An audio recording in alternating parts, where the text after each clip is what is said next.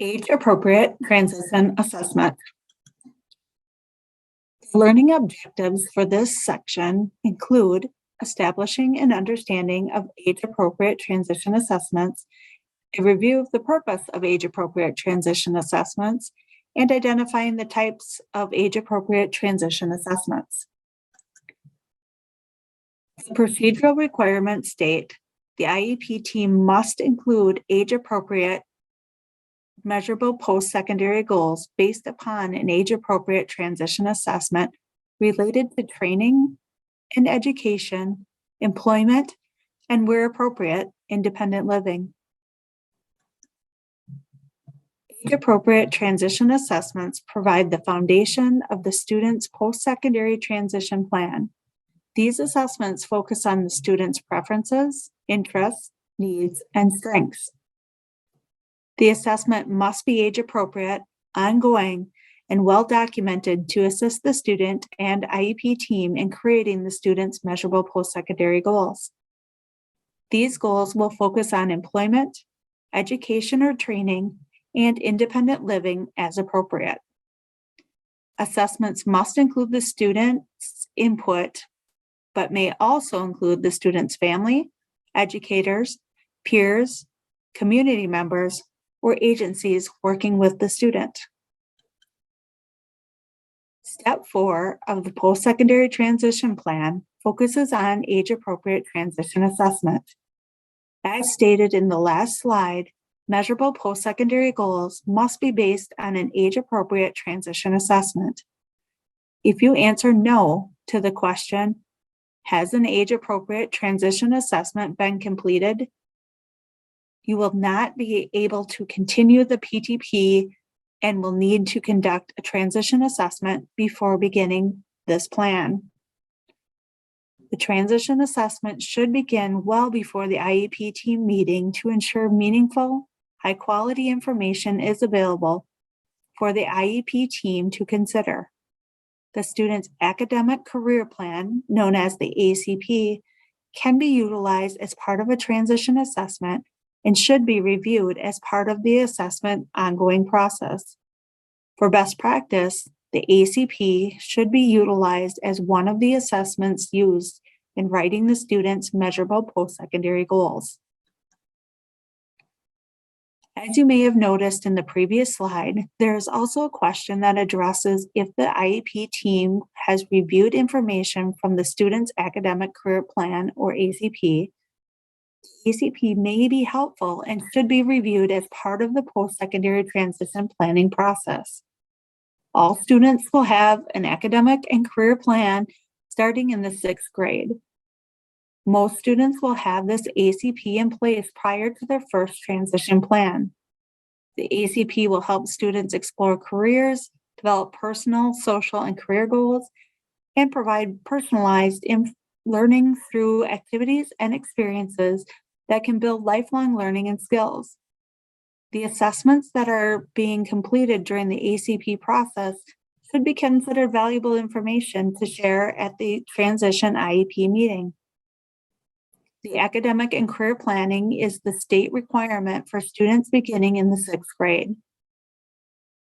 The post-secondary transition plan is required by both state and federal law and begins in Wisconsin at age 14. These two programs should work together. In fact, a robust ACP program can fulfill many of the pre-employment transition services, also known as pre-ETs, in the PTP.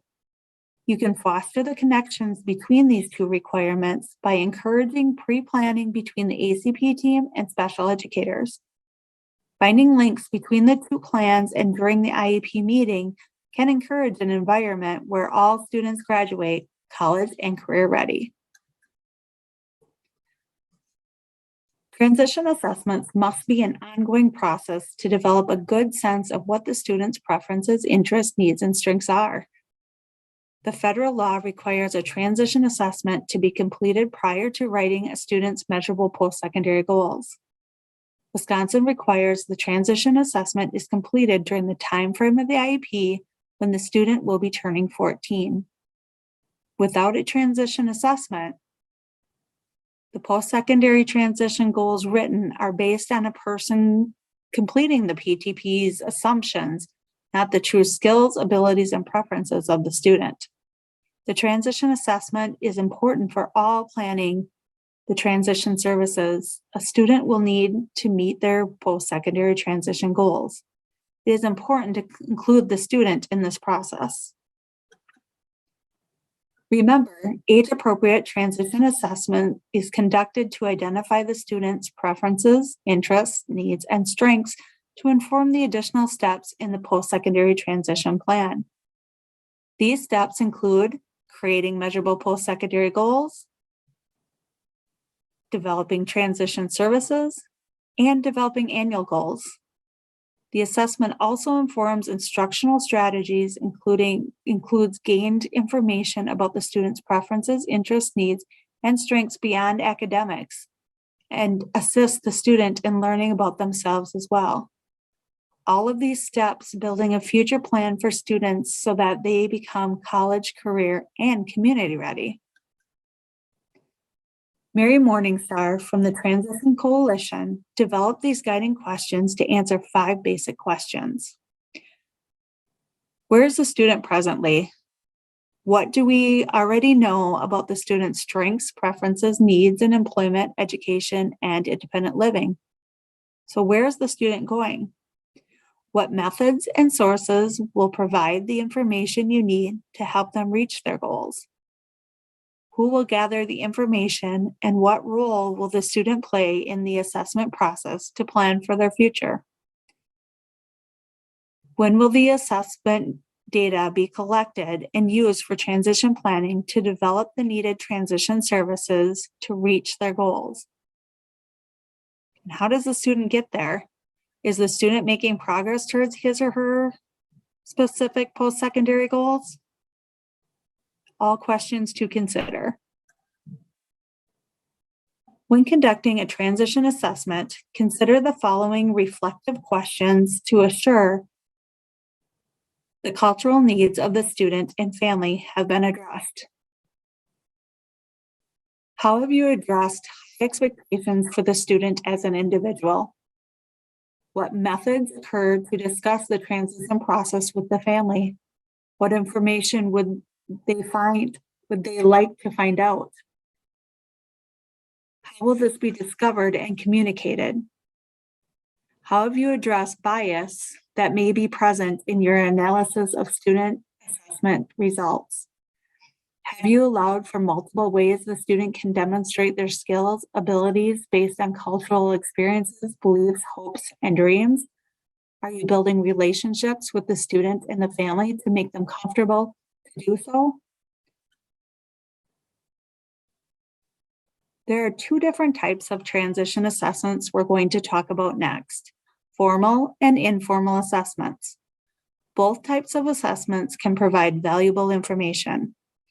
The combination of the 2 can provide a stronger picture of the student's preferences, interests, needs, and strengths to highlight their overall goals. Let's begin with formal assessments. Formal assessments generally are more standardized or paper pencil type assessments.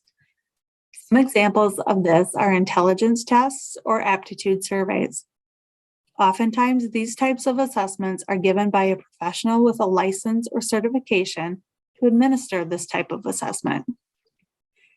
And then, as you can see, informal assessments offer a lot of variety and creativity to meet the needs of the student.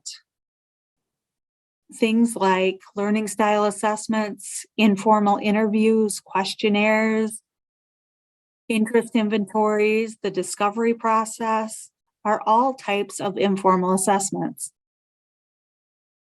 In rare cases, the student will be unable or unwilling to discuss his or her own needs, preferences, strengths, and interests. In these instances, age-appropriate transition assessment may be based on a teacher observation or input from the student's family or information contained in the student record. Educators typically conduct a transition assessment for a student. This can include the special education teacher, general education teacher, or school counselor.